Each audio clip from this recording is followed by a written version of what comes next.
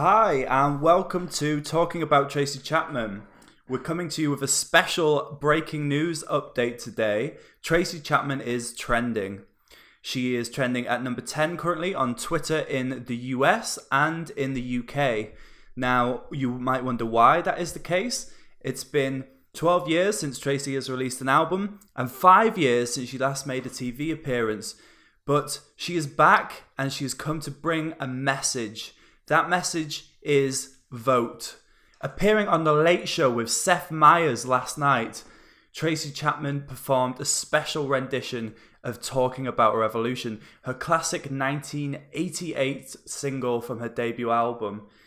The song came to prominence in the Reagan era and sadly still has relevance today. Let's take a listen. Don't you know they're talking about a revolution? It sounds like a whisper while they're standing in the welfare lines, crying at the doorsteps of those armies of salvation, wasting time in the unemployment lines, sitting around waiting for a promotion.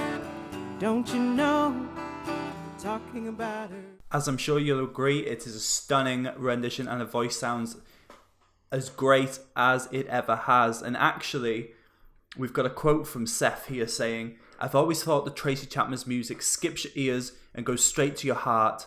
I'm so honoured and excited to have her on the show. She's living proof that you can be a great artist while also speaking out for what you believe in." Tracy said on the subject of performing, "This is the most important election of our lifetime. It is imperative that everyone vote to restore our democracy." While some on social media have commented that she should, quote unquote, stick to singing, I think it's clear that Tracy has always had a political stance when it comes to the presidential race. In 2004, she joined Bruce Springsteen and R.E.M. during the Vote for Change tour that endorsed John Kerry's presidential bid. Her early work criticises Reagan as well as Nixon, and in recent years, she has publicly supported Barack Obama. So it should come as no surprise to those familiar with her work that she's no fan of Donald Trump.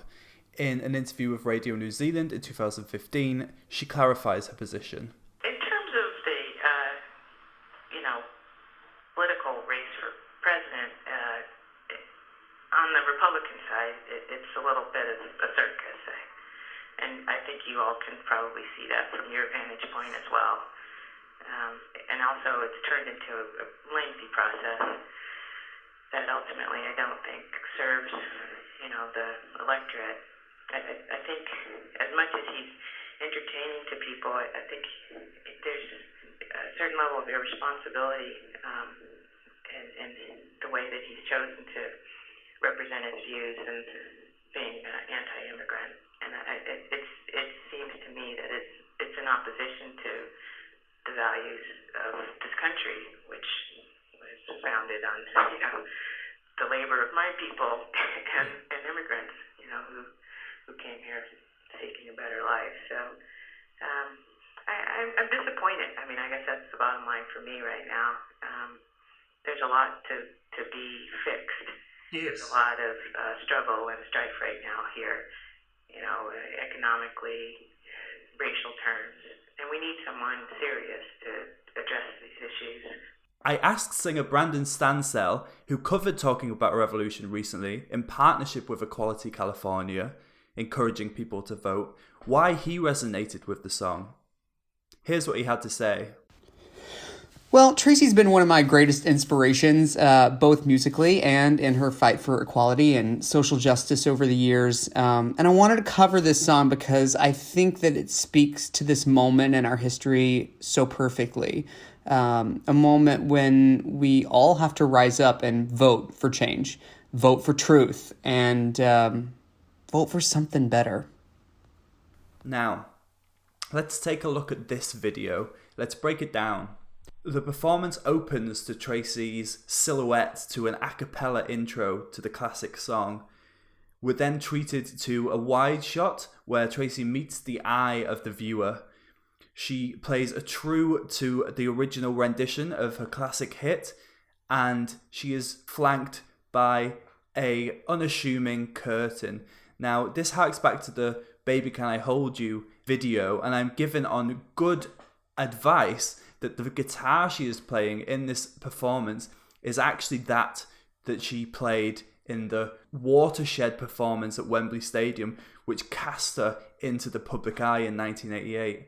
But what is the most interesting thing for me about this performance is how she's changed the lyrics at the end from talking about a revolution, oh no, to talking about a revolution, go vote.